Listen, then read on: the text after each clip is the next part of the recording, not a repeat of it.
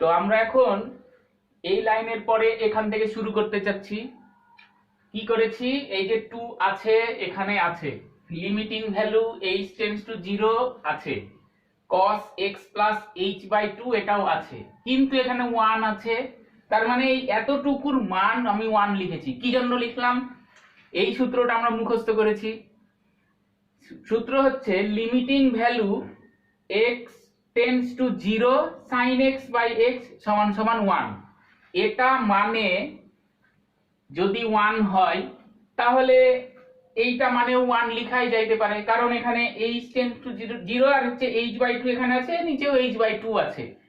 অ্যাঙ্গেলের সাথে এটা মিল থাকা নিয়ে কথা। তার মানে এই টোটাল টুকু আমি 1 লিখতে পারি, আর পাশে হাফ ইনটু আকারে ছিল আছে। এবার পরের লাইন, 1 তো গুণ হয়ে গেল, যা আছে তাই, 2 আছে। এই হাফ এখন সংখ্যা, আমি বলেছি লিমিটের অঙ্কে সংখ্যা বাইরে চলে আসে, এই যে চলে আসছে cos x প্লাস h/2। পরের লাইনে হাফ আর 2 কাটাকাটি হয়ে গেল। এরপরে এখন আমরা cos x প্লাস h/2 লিখে দিলাম, যা আছে তাই। এখন লিমিটের অঙ্কে যেই লাইনে লিমিটের মান বসাতে হয় সেই লাইনে লিমিট উঠে যায়, এই যেখানে আর লিমিট নাই।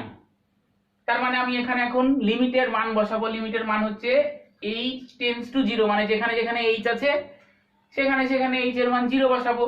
তাহলে এই যে cos এই যে x প্লাস এই যে 0/2 মানে 0। এখন এতটুকু মানে তো x প্লাস 0 মানে x, এই যে cos x আমাদের কাঙ্ক্ষিত লাইন চলে আসছে। তার মানে আমরা এখন থেকে মুখস্থ করব d/dx sin x সমান সমান cos x। এটাকে আমরা এতক্ষণ মূল নিয়মের সাহায্যে অন্তরীকরণ করলাম। আশা করি সবাই বুঝতে পেরেছো।